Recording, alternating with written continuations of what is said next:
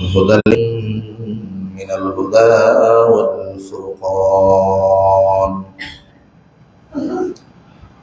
وخلق الإنسان وكرمه وعلمه من البيان ما لم يعلم فسبحان الذي لا يحصى امتنانه باللسان ولا بالقلم ونشهد أن لا إله إلا الله وحده لا شريك له ونشهد أن سيدنا وسندنا وحبيبنا وأولانا ومولانا محمد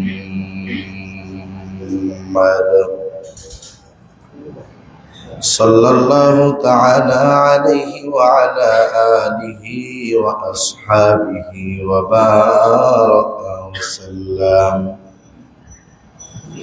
وبارك وسلم تسليما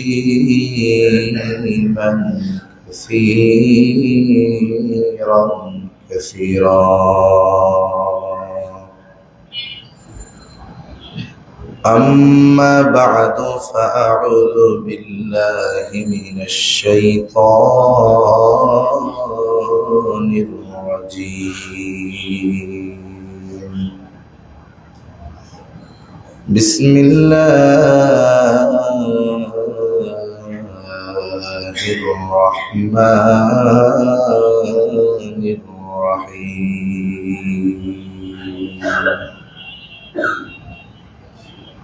والذين لا يدعون مع الله إلها آخر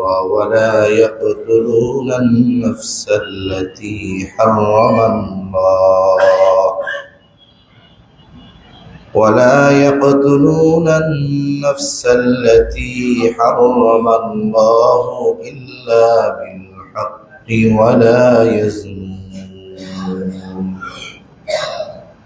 ومن يفعل ذلك يلقى أثاما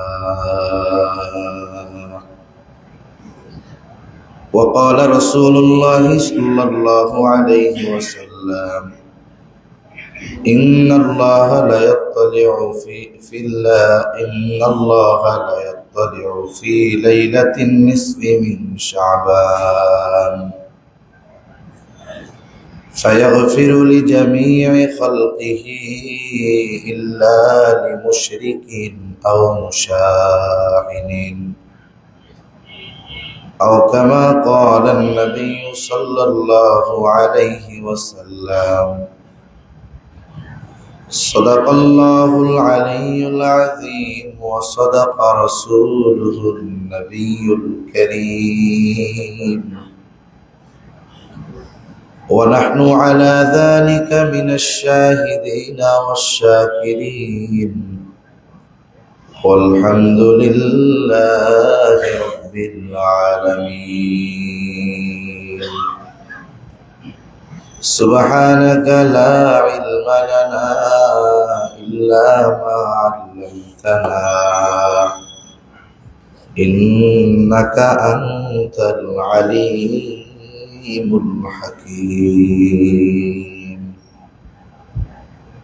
اللهم صل على محمد وعلى آل محمد كما صليت على إبراهيم وعلى آل إبراهيم إنك حميد مجيد اللهم بارك على محمد وعلى آل محمد كما باركت على إبراهيم وعلى آل إبراهيم إنك حميد مجيد لا إله إلا الله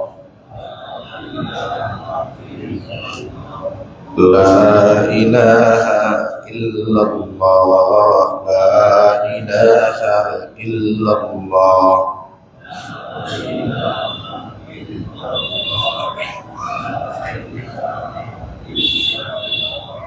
লা ইলাহা ইল্লাল্লাহ মুহাম্মাদুর রাসূলুল্লাহ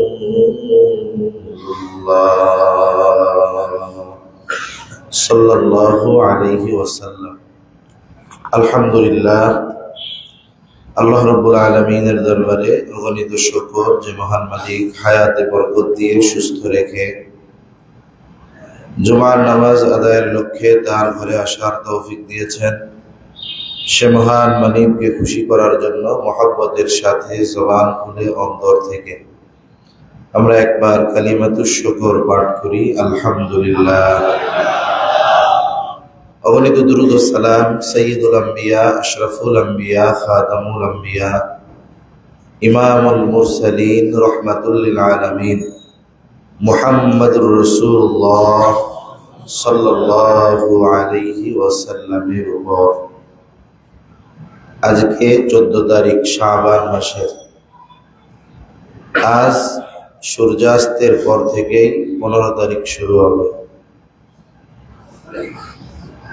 শাবানের মধ্যবর্তী রাত তথা 15 তারিখ দিবাগত রাত্রের ফজিলত রাসূল আকরাম সাল্লাল্লাহু আলাইহি ওয়াসাল্লাম বর্ণনা করেছেন। এই লাইলাতুন নিসফে মিন শাবান উপমহাদেশের মুসলমানদের পরিভাষায় শবে বারাত। শবে বারাত অনেকে বলে এটা হলো ভাগ্য রজনী, এটা ভুল। গ্রামে বরাত মানে কপাল বা ভাগ্য বলে, আমার বরাতে নাই, বলে না যে এটা আমার বরাতে নাই, এটা আমার ভাগ্যে নাই, এই বলে। বারাত এটার অর্থ হলো মুক্তি। সব রজনী দুইটি ফার্সি শব্দের সমন্বয়ে ছোট্ট একটি বাক্য শবে বারাত, এর অর্থ হলো মুক্তির রজনী। তার মানে এই রাত্রে আল্লাহ তাআলা বান্দা যদি ক্ষমা চায় তাকে গুনাহ থেকে আল্লাহ তাআলা মুক্তি দান করে। আর যেই ব্যক্তি গুনাহ মাফ হয়ে গেল, গুনার কারণে যদি তার নামটা জাহান্নামীদের তালিকায় থাকতো, গুনাহ মাফ হয়ে যাওয়ার কারণে সে জাহান্নাম থেকে মুক্তিপ্রাপ্তদের অন্তর্ভুক্ত হয়ে যায়। প্রথমত এই মহিমান্বিত রজনীর ফজিলত এটা রাসূলুল্লাহ সাল্লাল্লাহু আলাইহি ওয়াসাল্লাম থেকে প্রমাণিত। 8টি সহিহ সূত্রে এই লাইলাতুন নিসফে মিন শাবান অথবা আমাদের পরিভাষায় শবে বারাতের ফজিলত প্রমাণিত। আমাদের কিছু ভাই আছে তাদের অবস্থা হলো মোটামুটি এরকম বলা চলে যে মাথা ব্যথা হয়েছে, চিন্তা করতেছে যেই মাথা ব্যথা হয় এটা রাখার দরকার কি, কেটেই ফেলি। এখন বলেন তো, মাথা যদি ব্যথা হয় মাথা কেটে ফেলা এটা কি কোনো সমাধান হতে পারে? কোনো সমাধান হতে পারে না। ইবাদতকে কেন্দ্র করে কোনো ধরনের নব্যতা, কোনো ধরনের বিদআত, এটা বিজ্ঞজন যারা কেউ এটাকে প্রশ্রয় দেয় না। অথবা যেটা ইবাদত নয় ওটাকে কেউ যদি ইবাদত বলে, ফজিলতময় বলে চালিয়ে দিতে চায়, যাদের মধ্যে নিম্নতম দ্বীনি বুঝ আছে এরা এগুলো মেনে নেবে না। আমাদের দেশে শবে বারাত বা লাইলাতুন নিসফে মিন শাবানকে কেন্দ্র করে অনেক ধরনের বেদাত একটা সময় বেশি ছিল, এখন কম। যখন শাবানের চাঁদ দেখা যাইত, নবীজির নির্দেশনা ছিল আহসু হেলালা শাবান আলী রমাদান, যে তোমরা রমজানের জন্য শাবানের চাঁদ তথা তারিখ গণনা করো। আর এই চাঁদ দেখা গেলে অনেক মুরব্বী এখনো বলে রুটির চাঁদ উঠছে, মানে এই চাঁদের নামই পাল্টিয়ে দিয়েছে রুটির চাঁদ। এখন থেকে তাদের ইবাদতের প্রস্তুতি না শুরু হলেও এই রজনীতে রুটি হালুয়া বানাতে হবে, এই প্রস্তুতি একেবারে মাসের শুরু থেকেই শুরু হয়ে যেত। চাউল শুকায় দেওয়া, সিদ্ধ করা, অথবা ভালো মতো রোদ্রে দিয়ে এগুলো গুঁড়ো করে চাউলের আটার রুটি আর হালুয়া বানাতে হবে এই রাত্রে। এটাকে অনেক মানুষ নিজেদের জন্য ইবাদতের মতো মনে করত। উলামায়ে কেরাম যখন নিষেধ করতেন, তাদের প্রতি হাজারো রকমের বিষোদগার, হাজারো রকমের কথা তখন বলা হতো। কিন্তু মানুষ এখন সচেতন, মানুষ সাবধান, তারা দ্বীনের ব্যাপারে এই বিষয়গুলো বোঝার চেষ্টা করে, সাথে সাথে বুঝে মেনে চলার চেষ্টা করে। ওয়ালাইকুম আসসালাম ওয়া রাহমাতুল্লাহ। লাইলাতুল বরাত, সবাই বরাত, লাইলাতুল বরাত আমরা কিভাবে পাইলাম? এটা কি সুন্নাত না নফল? বসেন, আলোচনা করতেছি। আলোচনা করতেছি, ওইটাই সুন্নাত আলোচনা করতেছি। বসে না, আমার জানার দরকার নফল না সুন্নাত। বসে ওই ব্যাপারে আলোচনা করতেছি। বসে ভালো করে বলতে নিয়ম কানুন বলে ভালো করে। আচ্ছা, ঠিক আছে, ঠিক আছে, বসে। তাহলে একটা সময় অবস্থায় এরকম ছিল যে মানুষ এই রজনীটাকে রুটি হালুয়া বানানোর জন্যই মোটামুটি এটারে নির্ধারণ করে ফেলছিল। হাকিমুল উম্মাত আশরাফ আলী থানভী রহমাতুল্লাহি আলাইহি উপমহাদেশের মানুষের এই শবে বরাত উদযাপনটাকে, মানে অতিরিক্ত আলোকসজ্জা, এই ধরনের হইহুল্লা এখনো অনেক অঞ্চলে আছে। আমি চট্টগ্রামে পড়াশোনা করছি, ওইখানে দেখছি শহরে এই রাত্রে পটকা ফুটায়, বাজি ফুটায়। তা এই ধরনের কার্যক্রম উপমহাদেশে হিন্দুদের একটা অনুষ্ঠান ছিল দেওয়ালি, এটাকে কেন্দ্র করে এই ধরনের রং মাখামাখি এই কাজগুলো করত। পুরান ঢাকায় মনে হয় এখনো অনেক জায়গায় আছে। এই দিবস কেন্দ্র করে আগামীকাল দেখবেন হরেক রকমের খাবার বানায় বিভিন্ন প্রাণীর আকৃতিতে। মানে এটাকে এমনভাবে রুসমে পরিণত করছে, এমন কিছু কাজকর্মের দ্বারা এই ফজিলতময় দিনটার, রাতটার ফজিলত নষ্ট করে ফেলছে মানুষ। এ ব্যাপারে উলামায়ে কেরাম দীর্ঘদিন ধরে সতর্ক করতে করতে করতে করতে আলহামদুলিল্লাহ আজ থেকে 20 বছর 25 বছর আগেও মানুষ এই দিবসটার ব্যাপারে যত ধরনের বেদাতে লিপ্ত থাকতো, আলহামদুলিল্লাহ এখন অনেক কম, ঠিক কিনা? এজন্য এই দিবসটাকে কেন্দ্র করে বেদাত হলে আমাদের চেষ্টা করা দরকার বেদাতকে দূর করা। ওই মাথা ব্যথা হলে মাথা কেটে দেওয়া নয়, বরং ওষুধ বা চিকিৎসা গ্রহণের মাধ্যমে এই মাথা ব্যথা দূরকরণের চেষ্টা করা। তাহলে প্রথম কথা যে হাসান সহিহ সনদে 8টি বর্ণনা সাহাবায়ে কেরামের থেকে 8টি সূত্র পাওয়া যায়। তার মানে কমপক্ষে 8 জন সাহাবী সহিহ সনদে শবে বরাত কথা, লাইলাতুন নিসফি মিন শাবানের ফজিলতের কথা বর্ণনা করেছেন নবীর থেকে। যারা এই দিবসকে বা এই রজনীর ফজিলতকে অস্বীকার করে, এরা মূলত ভুলের মধ্যে আছে। তবে হ্যাঁ, এটা ঠিক যে এই রজনীকে কেন্দ্র করে যেই ধরনের বেদাত আমাদের সমাজে প্রচলিত ছিল বা কিছু হয়তো এখনো আছে, এগুলো দূর করার প্রচেষ্টা করার দরকার ছিল আমাদের। তাহলে প্রথম কথা, লাইলাতুন নিসফি মিন শাবান, শবে বরাতের ফজিলত সহিহ হাদিস দ্বারা প্রমাণিত, এ ব্যাপারে কোনো সন্দেহ নাই। এখন আসুন, আমাদের উচিত হলো ইবাদতের ক্ষেত্রে বাড়াবাড়িও নয়, ছাড়াছাড়িও নয়, মাঝামাঝি অবস্থান করা। ইসলাম আমাকে যেটা যেভাবে করতে বলেছে ওটা ওভাবেই করা।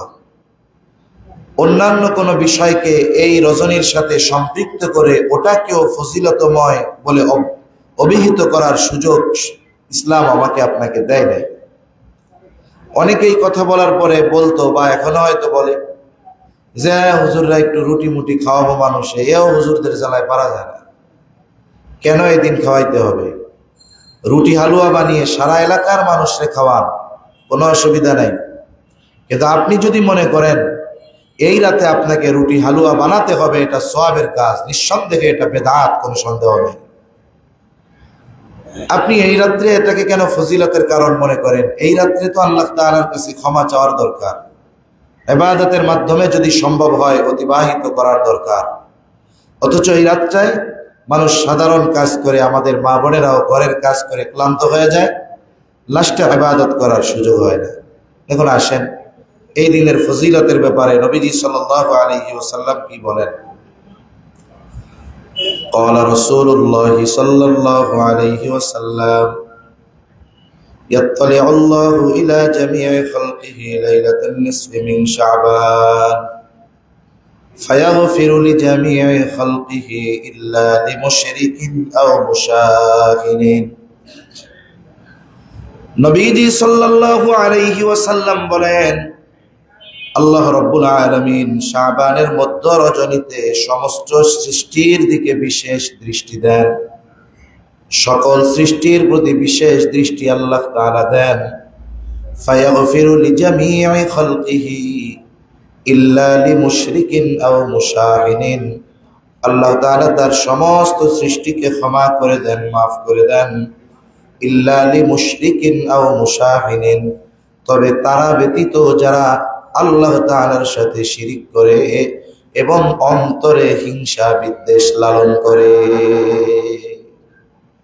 এই দুই শ্রেণীর মানুষ ছাড়া আল্লাহ তাআলা বাকি সকল মানুষদেরকে আল্লাহ তাআলা ক্ষমা করে দেয়, জিন জাতিকেও ক্ষমা করে দেয়। অন্যান্য সৃষ্টি যারা আছে এদের তো আর পাপ নাই, কিন্তু রহমতের দৃষ্টি সবার দিকে দেন। আর যারা পাপ করে কিন্তু এই দুইটা বিষয় থেকে যারা মুক্ত, এরা যদি আল্লাহ তাআলার কাছে ক্ষমা চায়, আল্লাহ তাআলা এদের মাফ করে দেয়। সুবহানাল্লাহ। এই হাদিসটা আরো অনেক সূত্রে আসছে, একটু ব্যতিক্রম শব্দের, যেমন আর এক হাদিসের মধ্যে আসছে সুনানে ইবনে মাজার বর্ণনা, ইন্নাল্লাহা লা ইয়াত্তালিউ ফি লাইলাতিন নিসফি মিন শাবান ফায়াগফিরু লিজামিই খালকিহি ইল্লা লিমুশরিকিন আও মুশাহিনিন। নিশ্চয় আল্লাহ তাআলা শাবানের মধ্যবর্তী রজনীতে বান্দার প্রতি বিশেষ দৃষ্টি দেন, আল্লাহ তাআলা সকলকে ক্ষমা করে দেন, ইল্লা লিমুশরিকিন আও মুশাহিনিন, বলে যারা আল্লাহ তাআলার সাথে শিরিক করে আর যারা অন্তরে হিংসা বিদ্বেষ লালন করে, তারা ব্যতীত আল্লাহ তাআলা সকলকেই মাফ করে দেয়। এজন্য এই রাত্রির ফজিলত এটা হাদিস দ্বারা প্রমাণিত। স্বাভাবিকভাবে আমাদের দেশে যারা আহলে হাদিস দাবি করেন আমাদের ভাইয়েরা, ওনারা অনেক ক্ষেত্রে এই দিবসে মানুষ বেদাতে লিপ্ত হওয়ায় এই দিবসটিরই ফজিলত অস্বীকার করে বসেন। এটা ঠিক না। নাসিরউদ্দিন আলবানী রহমাতুল্লাহি আলাইহি, তারপরে সফিউর রহমান মুবারকপুরি রহমাতুল্লাহি আলাইহি, এই ধরনের যে সমস্ত আলেমদেরকে ওনারা বেশি অনুসরণ করেন, ইমাম ইবনে তাইমিয়া রহমাতুল্লাহি আলাইহি, এনারা সকলে লাইলাতুন নিসফি মিন শাবান তথা শাবানের মধ্যবর্তী রাত্রের যেই ফজিলত, এটার কথা ওনারাও স্বীকার করেছেন। নাসিরউদ্দিন আলবানী রহমাতুল্লাহি আলাইহি তার একটা হাদিসের সংকলন আছে সিলসিলাতু আহাদিস সহিহা, এর মধ্যে একাধিক পৃষ্ঠায় এই রজনীর ফজিলতের ব্যাপারে তিনি বর্ণনা করেছেন। এজন্য এই রাত্রের ফজিলত বা এই রাত্রে আল্লাহর পক্ষ থেকে যেই ঘোষণা ক্ষমা, এটা অস্বীকার করার কোনো সুযোগ নাই। এ বিষয়টা আমরা খেয়াল রাখব। তাহলে এই যে শবে বরাত বা লাইলাতুন নিসফি মিন শাবান, সাধারণ মানুষ অনেক সময় বুঝে না।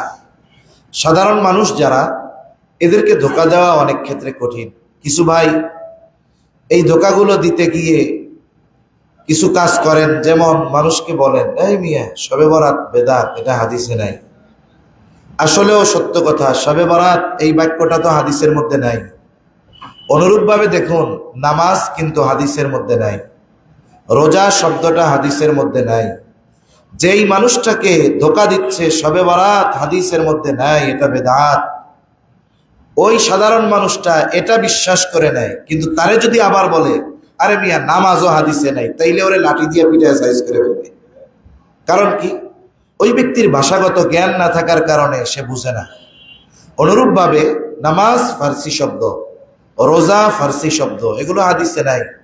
কিন্তু এটা ঠিক, আমাদের ইবাদত সম্পৃক্ত পরিভাষাগুলো আরবি পরিভাষা ব্যবহার করা দরকার।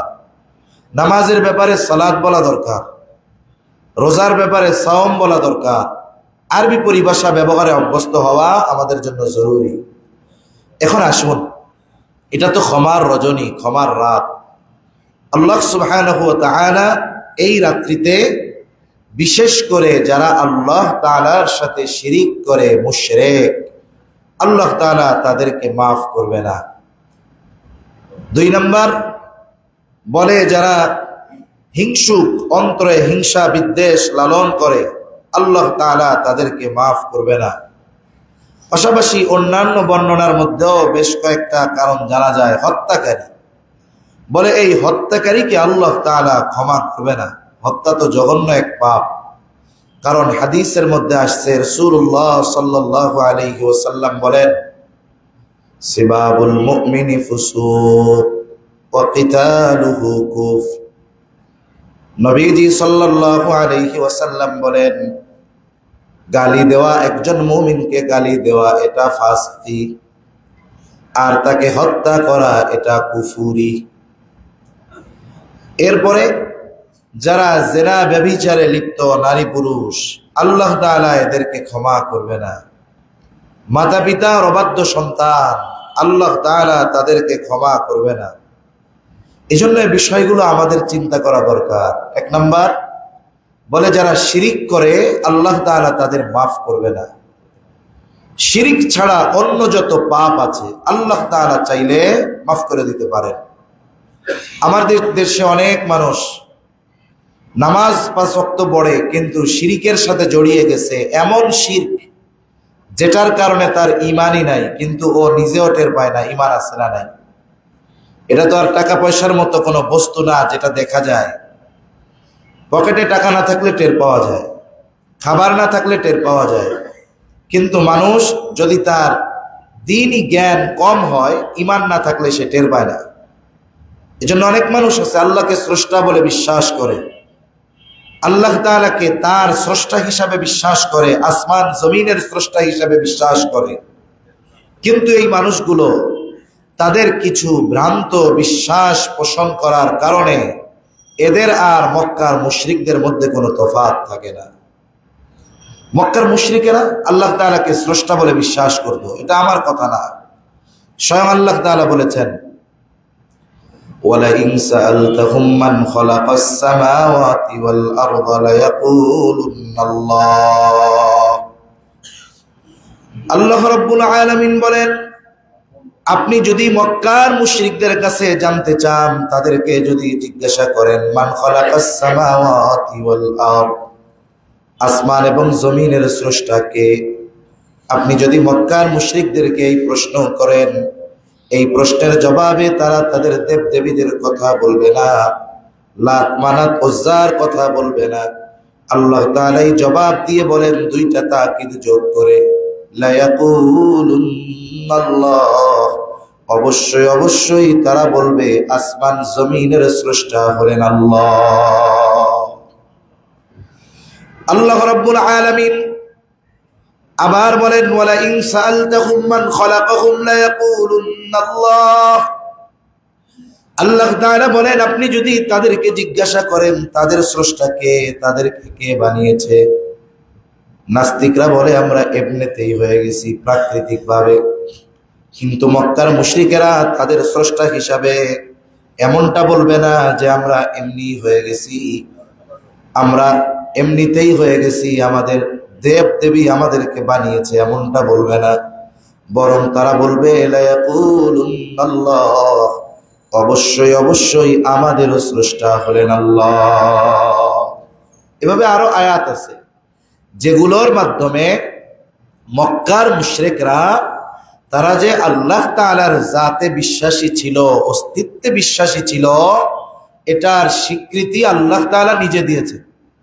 কিন্তু বলেন তো, এরপরেও আবু জেহেল, উতবা, শায়বা, ওয়ালিদ ইবনে মুগীরা এই বিশ্বাস লালন করার পরেও এরা জান্নাতি না জাহান্নামী? কেন? কোন কারণ?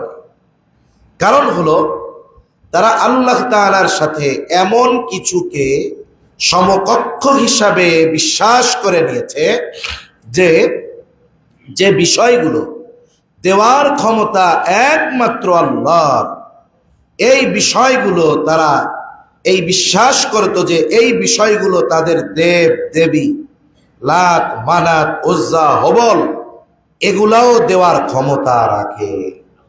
মানে যেটা দেওয়ার ক্ষমতা একমাত্র আল্লাহর, তারা মনে করে কিছু মাখলুক এগুলো দেওয়ার ক্ষমতা রাখে। এজন্য আমাদের দেশে অনেক মানুষ আছে, আমারও জানা শোনা আছে, আপনাদেরও থাকতে পারে, দেখুন সন্তান হয় না, আল্লাহ তাআলা সন্তান দেয় না তাকে। সন্তান দেওয়া না দেওয়ার ক্ষমতা কার হাতে? ছেলে হয় মেয়ে হয় ধারাবাহিকভাবে 3-4টা পরপর মেয়ে, এই মেয়ে দেওয়ার ক্ষমতা কার হাতে? ছেলে দেওয়ার ক্ষমতা কার হাতে? না দেওয়ার ক্ষমতা কার হাতে? আল্লাহ তাআলা বলেন ইয়াহাবু লিমান ইয়াশাউ ইনাসা ওয়া ইয়াহাবু লিমান ইয়াশাউ যুকুর আও ইউযাওবিজুহুম যুকরানা ওয়া ইনাসা ওয়া ইয়াজআলু মান ইয়াশাউ আকীমা। আল্লাহ তাআলা বলেন তিনি যাকে চান তাকে কন্যা সন্তান দেন, যাকে চান তিনি ছেলে সন্তান দেন, যাকে চান দুইটাই দেন, যাকে চান কোনোটাই দেন না। তাহলে সব ক্ষমতা কার হাতে? আল্লাহ। এখন একজন ডাক্তারের কাছে ট্রিটমেন্ট করেছে, ট্রিটমেন্ট করানোর পর ডাক্তার তার রিপোর্টের আলোকে স্বামী স্ত্রীকে বলেছে আপনারা আর সন্তান হতে হবে না, আপনারা সন্তানের মুখ দেখতে পারবেন না, আপনারা দুইজনেই আনফিট। এমন না যে আপনি আর একটা বিয়ে করলে হয়ে যাবে, না, আপনারা দুজনেই অনুপযুক্ত হবে না। এখন মানুষ দেখেন আমাদের এলাকায় বলে মাল যদি কারো চুরি হয় তাই মাল যায় যার, ইমান যায় তার। মানে তখন ওই মাল পাওয়ার জন্য মানুষ ওকে যা বলে ও তাই করে। এখন মানুষের বুদ্ধি দেয়, শোন সব কাম কি ডাক্তার দেওয়া হয়? অমুক কবিরাজের কাছে জাগা, এবার সে কবিরাজের কাছে যায়, কাজ হয় না। এবার ওরে বলে অমুকে তদবির করে, ওর কাছে যা, কাজ হয় না। আর এক বুদ্ধি দেয় অমুক জায়গায় শুনছি গরম সার মাজার আছে, ওই জায়গায় যা, ওইখানে গেলে নাকি মানত করলে কাম হয়ে যায়। এই যে শুরু হয়ে গেছে, আস্তে আস্তে সে শিরকের দিকে ধাবিত হচ্ছে। অনেক মানুষ এমন আছে, অনেক মানুষ যে তারা এই বিশ্বাস অন্তরে রাখে যে অমুক জায়গায় গেলে এই কাজটা আমার সমাধান হয়ে যাবে। অনেকে শাহজালাল রহমাতুল্লাহি আলাইহির মাজারে যায়, বাইজিদ বুস্তামি রহমাতুল্লাহি আলাইহির ওই জায়গায় যায়। শাহজালাল রহমাতুল্লাহি আলাইহির এইখানে তো ওনার কবর আছে, কিন্তু বাইজিদ বুস্তামি রহমাতুল্লাহি আলাইহির কবর ওই জায়গায়, এর কোনো সহি ভিত্তি নাই। বানোয়াট কথা বলে অনেকে, কয় ওই জায়গায় নাকি ওনার একটা আঙ্গুল আছে, ওই আঙ্গুল শরীফ দাফন করছে। ওনাদের তো যা আছে শরীফ হয়ে যায়। কিছু দরবার তো এমন আছে কুত্তা মরলে ওই জায়গায় কুত্তা শরীফ হয়ে যায়। আবার কয় জায়গায় নাকি একটা আঙ্গুল আছে। তা যাই হোক, মূল কথা ওই জায়গায় তারা যায় কোন আশায়? বলে এটা পাওয়া যাবে, ওটা পাওয়া যাবে। শাহপরান রহমাতুল্লাহি আলাইহির কবর আছে ওইখানে। অনেকে গেছেন, দেখছেন, আমরাও গেছি দেখার জন্য যে কি হয়। দেখি ওইখানে কিছু মানুষ ওই মাজারের চারিদিক দিয়ে, কবরের চারপাশ দিয়ে ঘুরতেছে। আমরা তো দাঁড়ায় দোয়া করে চলে আসতে। জিজ্ঞাসা করলাম কি ব্যাপার? তাদের আকীদা হলো বাইতুল্লাহ তাওয়াফ করলে যেমন সওয়াব, বলে ওইটার চারপাশ দিয়ে চক্কর দিলে ওইরকম সওয়াব। নাউযুবিল্লাহ। আপনি বলেন তো, যেই সমস্ত মানুষ এই বিশ্বাস লালন করে আর বলে আমাকে বানিয়েছেন আল্লাহ, আসমান জমিন বানিয়েছে আল্লাহ, এদের মধ্যে, এই কবর পূজারীদের মধ্যে, মাজার পূজারীদের মধ্যে আর ওই লাত মানাত উজ্জার পূজারীদের মধ্যে বাস্তবিক দৃষ্টিকোণ থেকে কোনো তফাৎ নাই। এজন্য আল্লাহ তাআলার সব কিছু দেওয়ার ক্ষমতা আছে। সব কিছু দেওয়ার ক্ষমতা কার? এখন কেউ যদি মাজারে গিয়ে চায়, কাজ হবে? কাজ হবে না। বরং এই চাওয়ার মাধ্যমে সে তার ইমানটাকে নষ্ট করে ফেলবে, সে নিজেও টের পাবে না। আরেক দম্পতির ব্যাপারে আমার জানা আছে, উনি এরকম দেশ বিদেশে ডাক্তার দেখাইছেন, কাজ হয় না। আরে বলে ডাক্তারের ট্রিটমেন্ট যেখানে শেষ, আল্লাহ তাআলার সেখান থেকে শুরু।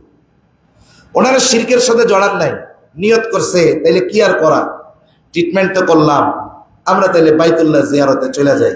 স্বামী স্ত্রী চলে গেছে, স্বাভাবিকভাবে তাদের সন্তান হয় না, তাদের তো আকাঙ্ক্ষা কামনা এটাই হবে যে আল্লাহ তাআলার কাছ থেকে একটা সন্তান চাওয়া।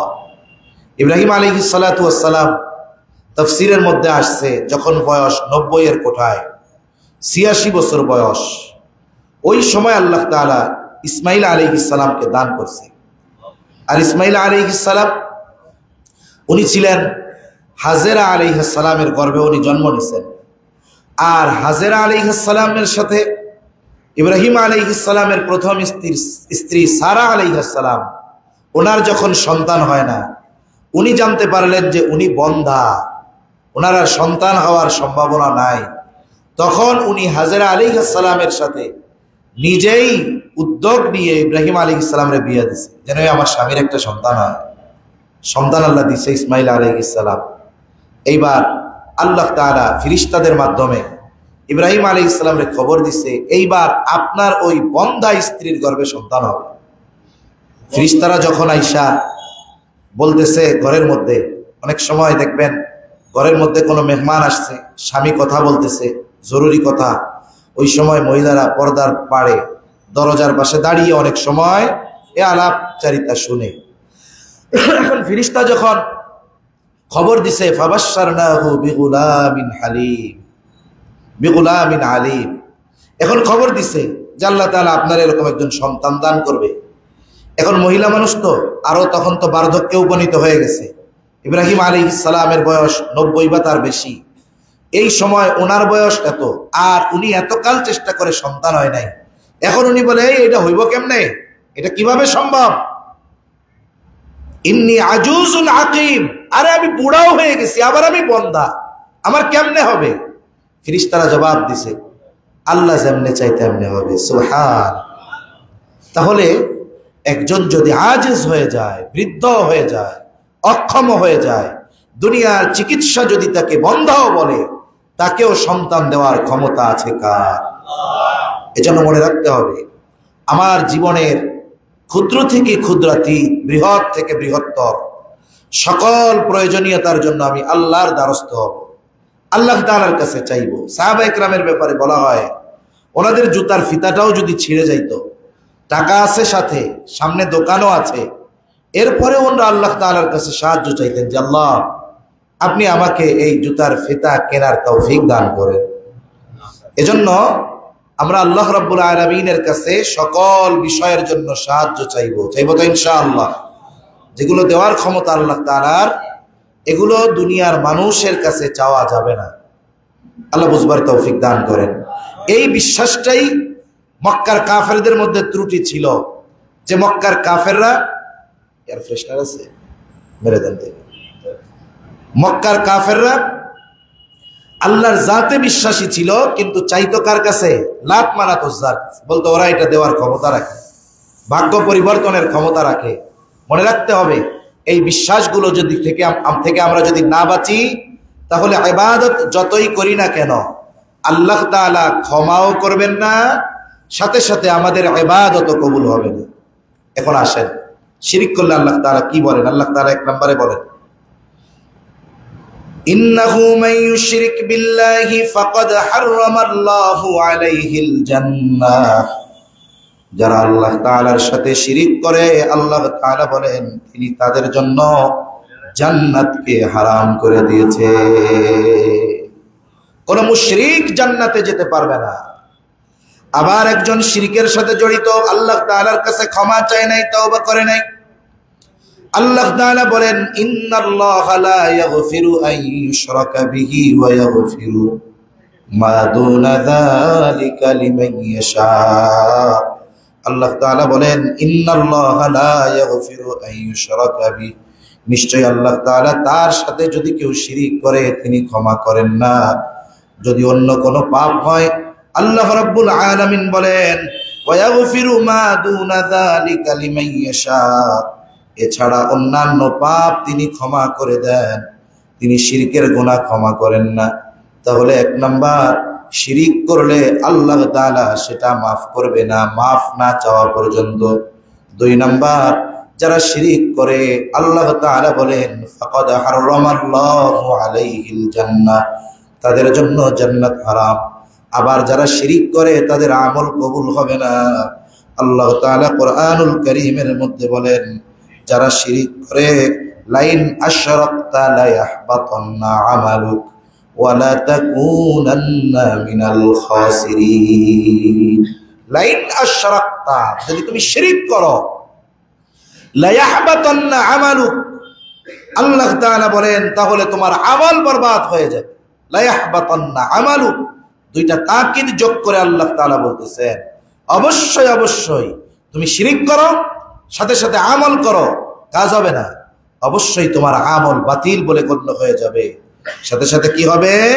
ওয়ালা তাকুনান্না মিনাল খাসিরিন, এখানেও দুইটা তাকিদ যোগ করে আল্লাহ তাআলা বলেন অবশ্যই অবশ্যই তুমি ক্ষতিগ্রস্তদের অন্তর্ভুক্ত হবে। তাহলে দেখুন, শিরিক করলে, তাওবা না করলে আল্লাহ মাফ করে না। শিরিক করলে ইবাদত কবুল হয় না। শিরিক করলে জান্নাতে যাওয়া যাবে না, জান্নাত হারাম। এজন্য আমরা শিরিক থেকে বাঁচবো, আল্লাহ তৌফিক দান করেন বলি আমিন। এরপরে 2 নম্বর, বিদ্বেষ, শত্রুতা। এক মুসলমান অপর মুসলমানের প্রতি অন্তরে বিদ্বেষ লালন করবে না, এটা একজন মুসলমানের দায়িত্ব ছিল। দেখুন, শুধু যে আল্লাহ তাআলা এই রজনীতেই তাকে মাফ করবে এমনটা বিষয় নয়, মাফ করে না এমনটা বিষয় নয়। হিংসা বিদ্বেষের জন্য হাদিসের মধ্যে আসছে প্রত্যেক সোম এবং বৃহস্পতিবার আল্লাহ রাব্বুল আলামিন জান্নাতের দরজা সমূহ খুলে দেন।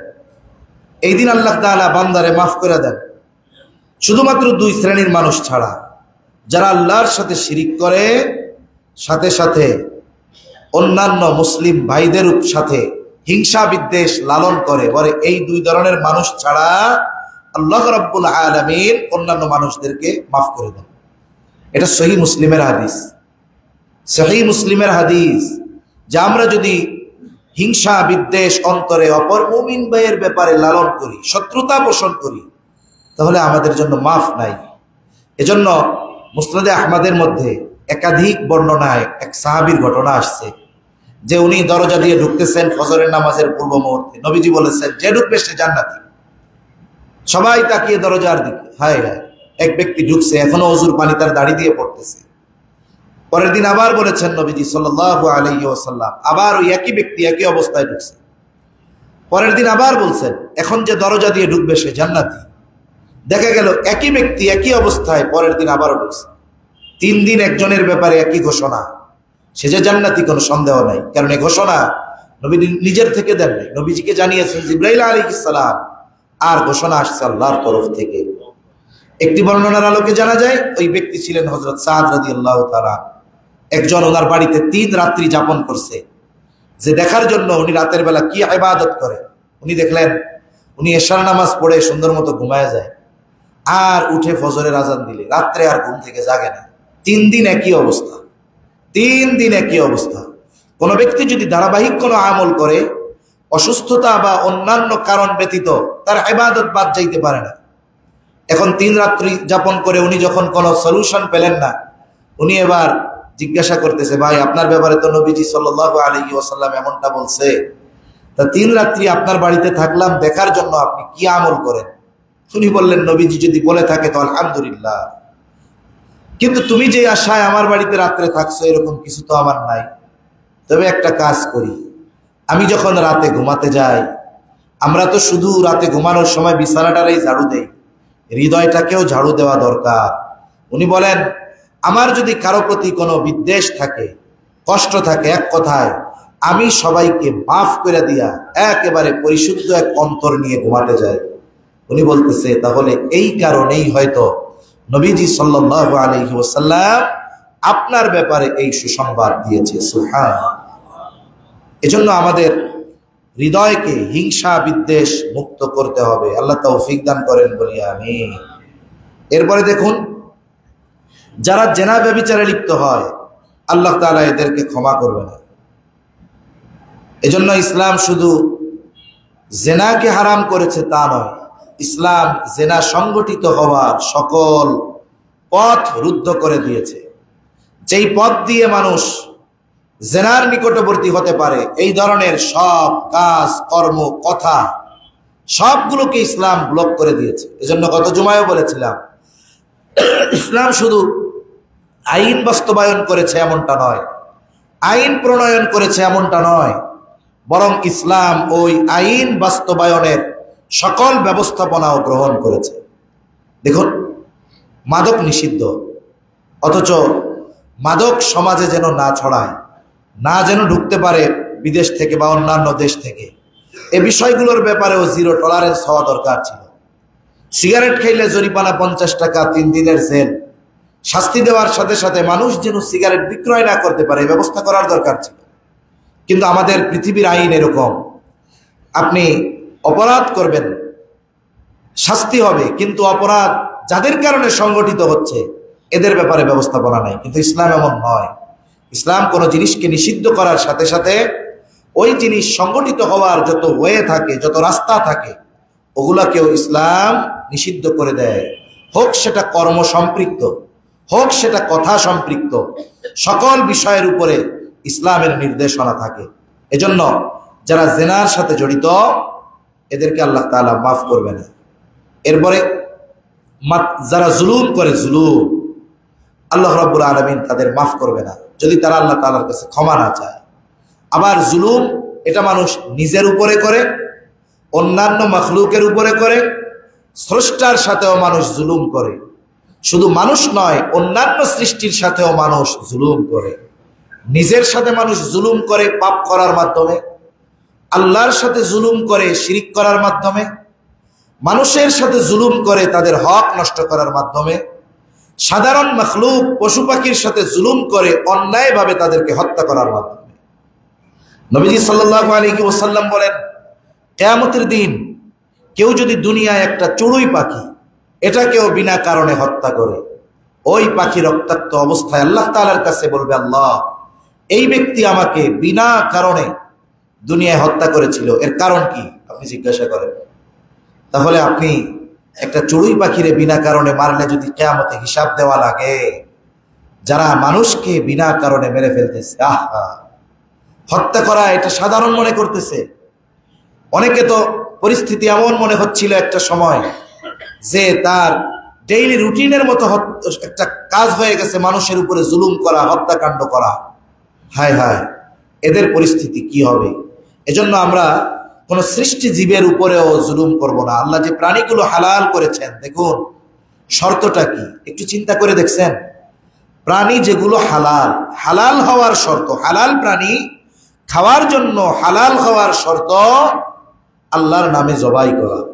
আল্লাহর নামে জবাই না করলে হালাল প্রাণীর গোশত কি থাকে না, সেটা খাওয়ার জন্য হালাল থাকে না।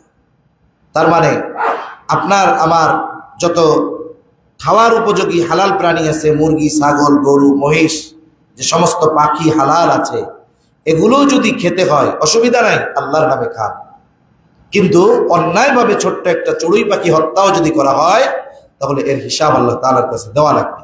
এজন্য আমরা কোনো ক্ষেত্রেই জালেম হব না, না নিজের ক্ষেত্রে, না আল্লাহর ক্ষেত্রে, না মানুষের ক্ষেত্রে, না পশু পাখির ক্ষেত্রে, কারো ক্ষেত্রে আমি আপনি জালেম হব না, বলেন ইনশাআল্লাহ।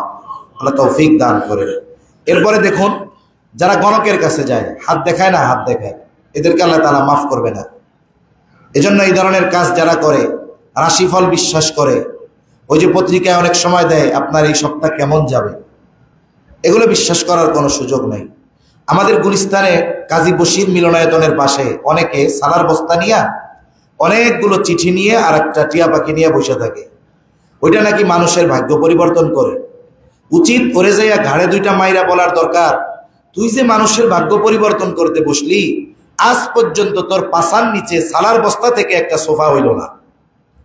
যেই ব্যক্তি নিজের ভাগ্য পরিবর্তন করতে পারতেছে না, ও মানুষের ভাগ্য পরিবর্তনের ব্যবসা খুলে বসছে। আর মানুষও বোকা, হাতটা দেখাবে, টিয়া পাখি চিঠি একটা উঠাবে, যা বলবে ও মোটামুটি বিশ্বাস করে নেবে। নাউজুবিল্লাহ বলে। এজন্য যারা গণকের কাছে যায়, নবীজি সাল্লাল্লাহু আলাইহি ওয়াসাল্লাম বলেন, যারা গণকের কাছে যায় তার কাছে কিছু জিজ্ঞাসা করে, 40 দিন রাত্র পর্যন্ত তার নামাজ আল্লাহ তাআলার কাছে কবুল হবে না। এজন্য তাকদীর এটা খুব রহস্যময় একটা বিষয়, এটার বিশ্বাস আল্লাহর উপরে রাখতে হবে। যারা ইসলাম বিশ্বাস করে না, এরা বিশ্বাস করে চেষ্টার মাধ্যমে সব সম্ভব। আর ইমানদার বিশ্বাস করে চেষ্টা করেও পাওয়া যাবে না যদি আল্লাহ না দেয়। ইমানদার বিশ্বাস করে যদি আল্লাহ তাকদীরে লেখে চেষ্টা ছাড়াও পাওয়া যাবে। তাকদীরের বিষয়টাকে আল্লাহ তাআলা রহস্যজনক করে রেখেছেন, যাতে করে এর উপরে বিশ্বাসের মাধ্যমে আমাদের ঈমান আরো দৃঢ় হয়। এরপরে আত্মীয়তার সম্পর্ক ছিন্ন যারা করে, আল্লাহ তাআলা এদের ইবাদত দোয়া কবুল করবে না। এজন্য মনে রাখবেন, নবীজি বলেন লা ইয়াদখুলুল জান্নাতা কাতিউ, আত্মীয়তার সম্পর্ক ছিন্নকারী জান্নাতে প্রবেশ করবে না। এখন দেখুন, আমরা যদি একটু টাকা পয়সার মালিক হয়ে যাই, আমাদের আত্মীয় স্বজন, নিজের ভাই বোন, চাচা ফুফু খালু খালা, এরা যদি একটু দরিদ্র হয়, আমি তাদেরকে সেকেন্ড ক্যাটাগরিতে ফালায় দেই, আমি আমার এলিট শ্রেণী মনে করা শুরু করে দিই। খবরদার। রাসূলুল্লাহ সাল্লাল্লাহু আলাইহি ওয়াসাল্লাম আত্মীয়তার সম্পর্কের ব্যাপারে খুব গুরুত্ব আরোপ করেছেন। এজন্য নবীজিও বলেন আত্মীয়তার সম্পর্ক ছিন্নকারী বেহেশতে প্রবেশ করবে না। এজন্য আমরা আত্মীয়তার সম্পর্কগুলো, বন্ধনগুলো মজবুত করব। যদি কারো আত্মীয়র সাথে মনোমালিন্যতা থাকে জাগতিক কারণে, কথা বলেন না দীর্ঘকাল, বলে দুই মুসলিমের মধ্যে দ্বন্দ্ব, দুইজনের মধ্যে আগে যে কথা বলবে সে হলো সর্বোত্তম। আপনার এই রাত্রে নফল নামাজ পড়ার দরকার নাই। আপনি আত্মীয় যাদের সাথে কথা বলেন না 20 বছর ধরে, 10 বছর ধরে, তাদের সাথে ফোনে কথা বলেন, তাদের সাথে সালাম বিনিময় করেন, খোঁজ খবর নেন। ওইটা আপনার বড় ইবাদত। ওইটা না করার কারণে তো রাতের ইবাদতই কবুল হবে না। তাহলে কি হলো? এজন্য আমরা আত্মীয়তার সম্পর্ক সুদৃঢ় করব, বলেন ইনশাআল্লাহ। হাজিরিন, এই দিন কেন্দ্র করে আমাদের আমলগুলো কি করণীয়? আমরা আল্লাহ তাআলার কাছে বেশি বেশি ক্ষমা চাইব, আল্লাহ তাআলার কাছে মাফ চাইব, সম্ভব হলে রাত্রি জেগে ইবাদত করব। অনেক মানুষ আছে এমন, এশাও পড়বে না, ফজরও পড়বে না, মধ্যে ডাবল সেঞ্চুরি পূরণ করে ফেলবে নামাজ পড়ে পড়ে। কারণ মকসুদুল মুমিনে আসছে, এই রাত্রে কোনো মতে গোসল করে টইরা, অন্যান্য সময় ওনারে নামাজ পড়তে গেলে বলে কি নামাজ পড়ুক, আমি না পাক। মুসলমান না পাক থাকে কেমনে? আর এই রাত্রে ওই যে মকসুদুল মুমিনে ফজিলতের কথা শুনছে, যে হায় রে গোসল করলে সব গোনা পানির সাথে ঝুড়ে ঝুড়ে পড়ে যায়, এটা শুনছে। এরপরে এই রাত্রে কুল আল্লাহ সূরা দিয়া যদি 40 বার মিলায় পড়ে, 2 রাকাত নামাজ পড়লে জীবনের সব শেষ। ও চিন্তা করে, পড়ছি তো মিয়া চাই 200 রাকাত, তাইলে তো 100টা হায়াত পাইলে তার কাম সেরে দিছে। সারা রাত নফল নামাজ পড়ে ফজর পড়তে পারে না। যেই ব্যক্তি এশা পড়লো না, ফজর পড়লো না, মধ্যে সারা রাত নামাজ পড়লো, কেমন নামাজি হইল? আপনার যদি ফজর কাজা হওয়ার আশঙ্কা থাকে, আপনার জন্য রাত্রি জাগরণ করাও নিষিদ্ধ। রাত্রি জেগে ইবাদত করে ফজর ছুটে যাবে, দরকার নাই ওই রাত জাগা। কারণ রাত্রি জাগরণের কারণে সারা রাত দাঁড়িয়ে নফল ইবাদত করার চাইতে ফজরের নামাজ জামাতে আদায় করা এটা আরো বেশি উত্তম, ঠিক কিনা বলে? এজন্য মনে রাখতে হবে, আসল বাদ দেওয়া যাবে না অন্যটার জন্য। আর বাস্তবতা, ফ্রি পণ্য কখন পাওয়া যায়? আসলটা কিনলেই না ফ্রিটা পাওয়া যায়। আপনি দোকান থেকে সারা বছর মাল জিনিস কিনেন একজনের দোকান থেকে, আপনার একটা পছন্দের প্রোডাক্ট, ওইটা 5 লিটার তেলের সাথে ফ্রি দিছে। আপনি যদি দোকানদার গিয়া বলেন, ভাই 10 বছর ধরে তোমার দোকান থেকে বাকি নিচ্ছি বা বাজার করতেছি, তা ওই যে জিনিসটা তেলের সাথে ফ্রি দিছে না, ওইটা আমার খুব পছন্দ, তা ফ্রি জিনিসটা ফ্রি দিয়ে দাও। ও বলবে কাজ হবে না, আপনি তেল কিনেন এমনিই পাবেন। আপনার আমার অন্যান্য বিষয়ের খবর নাই, শুধুমাত্র শবে বরাতের ফজিলত পাওয়ার আশায় আছি। আরে ভাই, বোনাস কে পায়? বলে যে চাকরি করে যথাযথভাবে, সে চাকরির কারণে, দায়িত্ব পালনের কারণে বেতনের সাথে সাথে বোনাস পায়। যে মূল দায়িত্বই পালন করে না, সে যায় যদি সিরিয়ালে খাড়ায়, আমার বেতন লাগবে না, বোনাসটা দেন, তারে বোনাস দিবে না, কারণ সে তো মূল কর্মী না। এজন্য মনে রাখতে হবে, মূল বোনাস পেতে হলে আমাদেরকে আল্লাহর দিকে ফিরে আসতে হবে। আল্লাহ বোঝার তৌফিক দান করেন। এরপরে এই রাত্রিতে কবর জিয়ারতের কথা নবীজির থেকে আসছে, কিন্তু আমাদের দেশে যেভাবে করা হয়, নবীজি একাকি গেছেন, আমার দেশে একা একা যাওয়া সম্ভব নয়। হাকিমুল উম্মত আশরাফ আলী থানভী রহমাতুল্লাহি আলাইহি এই পদ্ধতিতে কবর জিয়ারত দল ভেবে সুসজ্জা করে, লাইটিং ফিটিং করে বিভিন্ন অঞ্চলে যে কবরস্থানগুলোর মধ্যে জিয়ারতে যাওয়া হয়, আসলে ওইখানে জিয়ারতে যায় না কেমন যেন মনে হয় একটা পার্কের মধ্যে গেছে। অথচ ওইখানে গেলে মানুষের আবেগ অনুভূতি কেমন হওয়ার কথা ছিল। আশরাফ আলী থানভী রহমাতুল্লাহি আলাইহি একাকী কবর জিয়ারতের ক্ষেত্রে তো কোনো প্রশ্ন নাই, কিন্তু আমাদের দেশে যেভাবে কবর জিয়ারতে যাওয়া হয়, দলবদ্ধভাবে কবরস্থানকে সুসজ্জিত করে, এ ব্যাপারে সর্বোচ্চ নিরুৎসাহিত উনি করেছেন। যদি একাকী যাওয়ার সুযোগ থাকে যাবেন, দলবদ্ধভাবে যাওয়া, গিয়ে ওইখানে হই হুল্লো করা, এটা কোনোভাবেই সমীচীন নয়। আপনি যদি এখান থেকে আপনার আত্মীয়র জন্য, বাবার জন্য, মায়ের জন্য কুল হু আল্লাহর সূরা 3 বার পড়ে তাদের জন্য আপনি দিয়ে দেন যে আল্লাহ এর সওয়াব আমার বাপের কবরে দিয়ে, উনি যদি আমেরিকায় কবর থাকে ওনার আমলনামায় এই সওয়াব যোগ হবে কি হবে না? এজন্য এমন কোনো কাজ করব না যেটা ইসলামের সাথে সাংঘর্ষিক হয়ে যায়। আরেকটা বিষয় খেয়াল রাখবো, রুটি হালুয়া এটার দরকার নাই, কালকে করেন। যদি কেউ রোজা রাখে, এমনি তো শাহবানের রোজা চলতেছে, ইফতার করাইয়েন অন্যদিন, তাইলে ফজিলত হবে। কিন্তু এই দিন রুটি হালুয়া ফজিলত মনে করে বানাইলে ফজিলত তো হবেই না, বরং পাপ হবে, এবাদতে বিঘ্ন সৃষ্টি হবে। এতে বিশেষ ধরনের নামাজ যেগুলো ওই যে বললাম, এ ধরনের কোনো নামাজের ভিত্তি নাই। শবে বরাত কেন্দ্র করে হাদিসে দুর্বল সনদেও নির্দিষ্ট কোনো ইবাদতের কথা বর্ণিত নাই, যেই পদ্ধতিতে নামাজ পড়তে হবে, এটা করতে হবে, এরকম কিছু নাই। এ ধরনের কাজগুলো না করা। এই যে আবার অনেক বাড়িতে মনে করে যে এই রাত্রে সকল ব্যক্তির রূহ ঘরের দুয়ারে আসে, এর লেগে গ্রামে বিশেষ করে এঠে পানি ওই দিন আর দরজা দিয়ে ফালায় না। এটা আমরাও দেখছি, এই জন্য বলতেছি যে রূহ আইছে, এখন এর কি পানি দিয়ে ভিজাই দেওয়া যাবে? এজন্য দরজা দিয়ে ওই সময় পানি পাঠায় না। এরপরে বিভিন্ন আইটেমের নামাজের কথা তো আছে। এরপরে কি করবে? যে গোসল করবে। গোসল মনে করে যে এই দিন গোসল করলে একেবারে জীবনের সব পাপ ধুয়ে সাফ হয়ে গেল, ফুটায় ফুটায় সওয়াব পাওয়া গেল। এ ধরনের কোনো ভিত্তি নেই। আর আতশবাজি, লাইটিং, সুসজ্জা এগুলো তো শরীয়ত নিষিদ্ধ করেছে। সাথে সাথে জামাতবদ্ধ ইবাদত, জামাতবদ্ধ ইবাদত এ রাত্রে দরকার নেই। আমরা হয়তো কিছু কথা এশার নামাজের পরে 15-20 মিনিট দিনই কিছু আলোচনা করার পরে দোয়া করে দিব, দোয়া করব একটু, কারণ কার দোয়া আল্লাহর কাছে কবুল হয় বলা যায় না। এরপরে যেহেতু অন্যান্য দিন আগেই আমরা বিতির নামাজ পড়ে ফেলি, আজকে যেহেতু সুযোগ আছে এশার পরে সুন্নত পড়বো, এরপরে কিছু দিনই মুযাকারা করলাম, এরপরে আল্লাহ তাআলার কাছে একটু রোনাজারি করে 2-4 রাকাত নফল পড়ে এরপরে আমরা ওই বিতরের নামাজটা পড়বো। কারো যদি এই সম্ভাবনা থাকে যে আমি বেশি রাত্র জাগ্রত হলে আমার নামাজ মিস হয়ে যেতে পারে ফজর, আপনার দরকার নাই, আপনি আগে ঘুমায় যান। এর চাইতে উত্তম সুবহে সাদিকের কিছু আগে উঠেন, ওই সময় উঠে অল্প কিছু সময় ইবাদত করেন, এটা বেশি কাজে লাগবে। সমগ্র রাত জাগ্রত থেকে ফজর কাজা করার চাইতে অল্প কিছু সময় ইবাদত করে শেষ রাত্রে ওঠার চেষ্টা আমরা করি। আল্লাহ সুবহানাহু ওয়া তাআলা আমাদের সবাইকে এই মহিমান্বিত রজনীর তাৎপর্যকে অনুধাবন করে যথাযথ পদ্ধতিতে অতিবাহিত করার তৌফিক আল্লাহ দান করেন, বলি আমিন। ওয়া আখিরু দাওয়ানা আলহামদুলিল্লাহি রাব্বিল আলামিন। আমরা যারা সুন্নাত পড়বো সুন্নাত পড়ি, মেহেরবানি করে আগের থেকে